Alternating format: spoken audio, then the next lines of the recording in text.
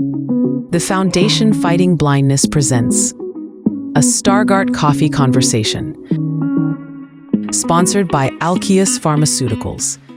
Hi, everyone. Thank you so much for joining us for this Stargardt Coffee Conversation. I actually just finished my coffee, so the coffee will not be part of the story on my end right now, but Lindi Goff will be. She joins us from New York City. Lindi, thank you so much for opening up and sharing your story with us. Yeah, of course. Thank you for having me. Yeah, so I have Stargardt, you have Stargardt, and a lot of people watching have it. And what I find interesting is you are probably only the 10th person that I've had a full-on, maybe less than that, a full-on conversation, probably the 5th person that I've had a full-on conversation with who has this. And it's very meaningful to me. So I don't know, have you run into a lot of people with this over the years? Yeah, well, when I was first diagnosed, I didn't really have many resources, didn't know of a ton of people, but whenever social media became a thing, I worked with the Foundation Fighting Blindness and connected with people through that. So that's been really great. And I also help run a nonprofit called Brightside Community with a friend who has Stargardt's as well. And that community's grown a lot. We have monthly meetings, about 8,000 followers on TikTok. So that's kind of been a great outlet to connect with people. That's amazing. How far reaching is that? Is that throughout the state, throughout the country, the world? Global. We have people reaching out all the time from lots of different countries. That's amazing. I'm gonna have to I'm gonna have to join that, if that's okay, of course. Yeah, definitely. All right. Brightside Communities, is that what you called it? Yes. That's amazing. Good for you. What inspired you to do that? Well, one of my friends, Evan, she felt like the one that has Stargardt, she's the one who started the community and was just feeling like there weren't that many people out there to talk to.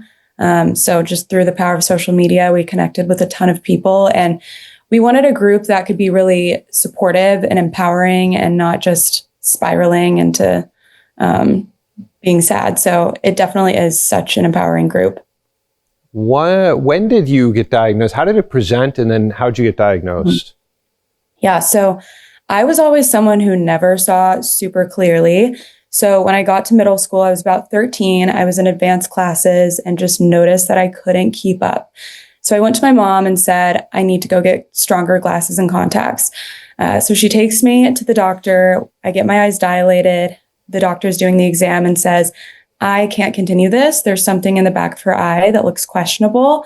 I'm going to refer you to a specialist. So we go to the first specialist like 2 weeks later, and he says, I wouldn't hang my hat on Stargardt's, but go to this next specialist. So we go to a third doctor over like 4 weeks. And that's kind of when I noticed something rare or different was happening to me. I was sitting in a waiting room for like 2 hours, definitely the youngest one there, waiting for my eyes to dilate, and finally had the chance to talk with the doctor. And the doctor told me in a sort of atypical way that I have Stargardt's, a way that I don't really agree with, but I can get into that later if you want. Yeah, I'd love to hear that. But yeah, found out that I did have Stargardt's.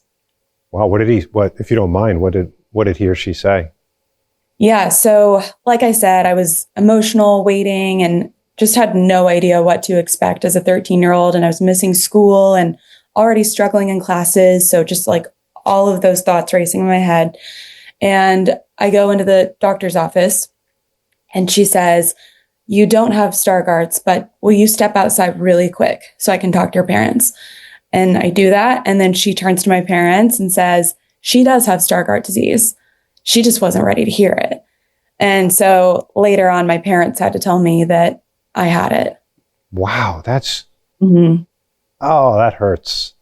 How would they know? So they just told me they were the ones who like had to have that strength and just say, we're going to navigate the world the best that we can and not let this stop you. And you're still going to be able to do all of these things. So yeah, boy, so young to handle that too. So I was 36 or 37. I forget now. I used to have a very good timeline, but the pandemic threw everything off.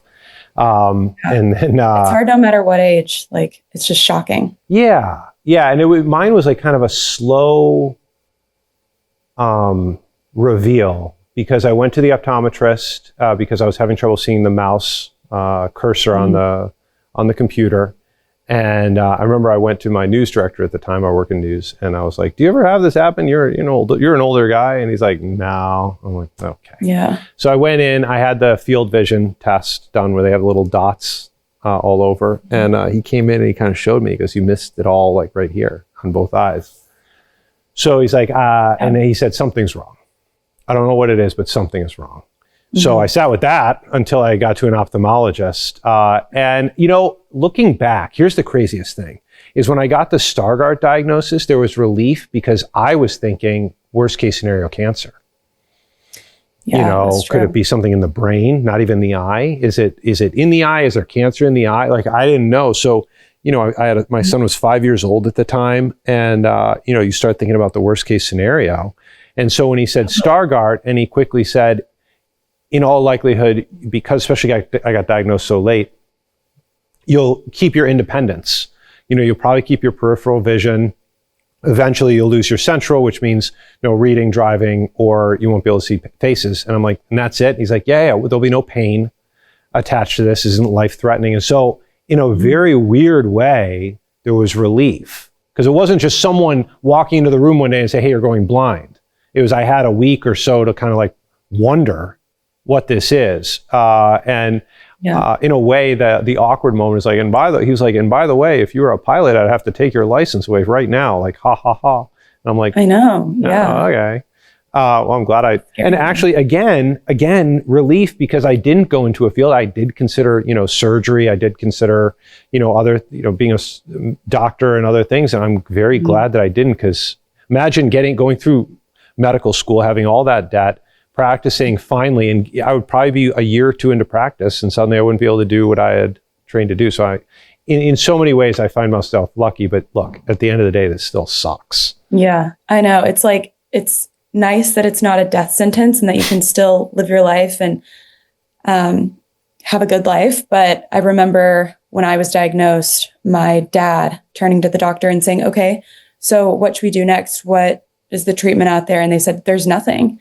And we were just shocked. Like, how is there nothing to help with blindness and low vision? Like, it's a sense that everyone relies on every second of the day. So, yeah. I know. I remember. So looking back, my optometrist probably noticed the first signs of this when I was 18 or 19 years old. He saw freckles in the back of my eye. And I'm actually so grateful that I didn't know, because that was, you're probably talking about 99, 2000.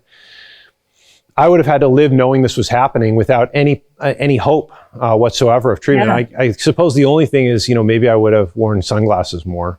But that's about the only thing that I could have done. Yeah, that's all you can do. And I would have made, and I wonder if I would have made different life choices. I maybe wouldn't have taken the risks that I've taken and things like that. But, I will say that there is, I do love that so many things are in trial right now, because I don't know if you feel it, but I feel hopeful despite what's happening.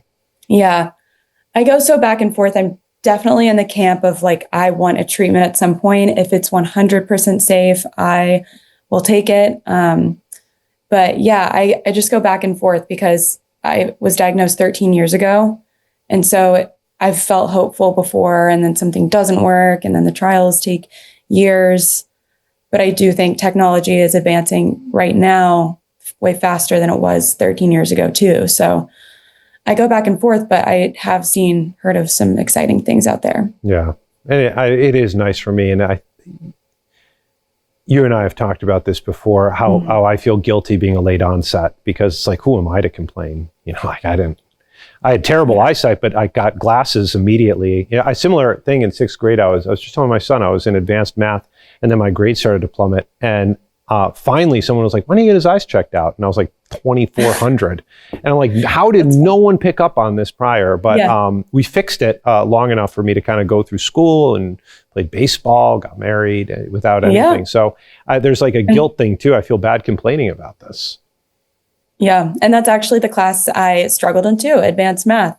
Just all the numbers were too hard to see. And I'm not a math person, so. Yeah. Yeah, well, I guess I'll never know, because I got kicked back a little bit. But no, I'm definitely not a math. Even if I was a math person, I wouldn't, because I don't think I really enjoy it very much. Yeah. My dad. That was one of the hard things for any like younger listeners or parents out there, when I was in school, Yeah. I graduated from college and everything and have my degree, but I was always trying as hard as I could, but I felt limited sometimes when I couldn't get all of the accommodations I needed. It's like, sometimes I'd get a grade back and be like, this is literally the best I could do, because like the teacher would be like, I'm going to write some things on the board for your test that you can look at. And I couldn't see that kind of thing. Or like, I just couldn't read and retain as quickly as everyone else. So that did limit me in a way, even though I like was able to be successful in the end. And now school feels kind of like a blur, but that was hard. And working with administrators who didn't always understand was difficult. Was it hard? I mean, did the teachers ever call it out in class or anything like that?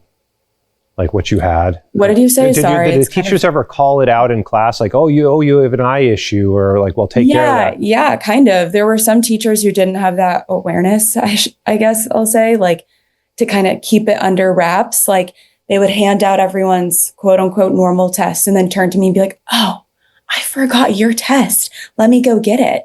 And then everyone's like looking at the teacher, like, should we start yet? As they're scrambling to get my test, and would find it eventually. And I remember one teacher literally gave me like a 3x3 foot packet, because that's the only way she could figure out how to enlarge the text, and like placed it on my desk. And I was just so embarrassed, but it also taught me to just grow thicker skin and remember that everybody's just more concerned about their own exam, and they're going to leave the classroom and forget. But still, it's so true. The greatest. And you and I have both kind of talked about this publicly, where, you know, having this as part of our lives on a moment by moment basis, it also makes us acutely aware of all the issues that other people have. And ours are kind of invisible. I mean, until someone sees us go like grab for something that isn't there.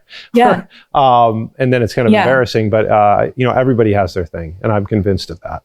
Yes, I do feel more empathetic because of this. Like, it's easy to see someone and be like, oh, why are they doing that? But it's like, they could have a hidden condition just like me. So yeah, it makes you see things differently. Yeah. No pun intended. Literally. So you live in New York City, and I always hear like it's great when you have some type of visual impairment to live in a place that has great transportation, public transportation. Yeah. Do you find that to be the case in New York City? 100%. Like, I can be so much more independent when I'm here. Walk to get my groceries, go to the gym, go see friends, restaurants, all the entertainment. Like, I am a strong believer that every town should have a main street where people can walk and run their errands, and they shouldn't be so spread out. Like where I grew up in Texas, I had to drive. I drove at the time, like 15 to 20 minutes to school. That's just insane to me. And would be a hard place to live in right now. Yeah, no, absolutely. I know we talked a little bit about hope, but I just want to complain about one more thing. You know what annoys me is filling out paperwork. I feel like I miss so many things. So the way mine has progressed, it's kind of a classic form of Stargardt, where it's a donut into my central vision, and I can see 20/20 inside the donut, and I can see my periphery outside the donut, but the donut just disappears. So I can kind of see like one word at a time. So I move kind of slow. But if you look at a form that has, part A or 1, and then 1A or 1B or 2C, like it takes me forever. I went to fill out a form for some, I think. Yeah. Same. Oh and my then gosh. You turn the page and there's still another side. It's a nightmare. It is like I get very anxious now with some of this stuff. The most ironic is when you're at the eye doctor and they hand you a clipboard. Like, this I'm here. That's so true. It's like, oh, is this part of the test? Like, is this part of the exam? Right. Literally. Yeah. Am I being punked? When I make appointments now, I do ask, is there anything I can fill out before the appointment that you could just email me? Yeah. So yeah, I just need to do everything digital. And same with restaurant menus. Like during COVID, there were, I think, some good things that came out of it for our community, at least, which is the QR code menus were very helpful. And I see restaurants moving back to the physical menus now. And I'm like, can we just like also keep the QR code for accessibility? Like, also, the amount of people I see having their phone flashlight shining on restaurant menus anyway, like a lot of people can't see these. So if things are more accessible for us, they would also help tons of people too. Yeah, no, that's so true. I have said to some people, I'm like, is it just me or is it like really dark in here? And they're like, oh, it's dark in here. It's like, but someone once said like, oh, but my eyes are going too. And I'm like, not like this. Like, not like Yeah. like, So many people throughout my life, like, oh yeah, I have bad eyesight too. Yeah, I wear glasses too. Like, it's like when I'm looking at you, exactly, I can only see your eye right now. Unless that's your issue, like. Yeah, or I'm so blind without my glasses. I'm like, but wait, you can put the glasses on and see perfectly, right? Yeah. Like, why are you complaining? That's crazy. It's so crazy. I know some people have different prescriptions where they need like stronger power. And I've talked to people like that who think they're just as blind as me, maybe. But if you can drive and like make eye contact and read a book, I think it's okay. Yeah. Yeah, no, absolutely. And well, you know what? We'll go from here, and it is what it is. Any other kind of notes, messages, if especially a younger kid? I know you kind of addressed it before, but maybe someone or a parent is watching right now. Any type of message for folks out there? Yeah, I think just what we said earlier about Stargardt's not being a death sentence, but I do think it's a grieving process, and there are multiple stages of grief. So some days you'll accept it and you'll feel stronger. And I feel like that's whenever I post myself on social media talking about Stargardt's, I'm usually like accepting Stargardt's and having a good day. But then there are other days where I'm like so in denial and I'm like, this is not fair. Like, I shouldn't have to see this way. And just that, like, I totally understand anyone who's feeling emotional about having Stargardt's or RP or Usher syndrome. And definitely reach out to Brightside Community. It's at Brightside Community on Instagram, TikTok, brightsidecommunity.com. We have a sign up link where you can join our group. So yeah, I think that's what I would say. Awesome. I love it. All right. Well, thank you so much for chatting with us. Although it didn't have any coffee, I felt like the spirit of coffee was infused into our conversation. So.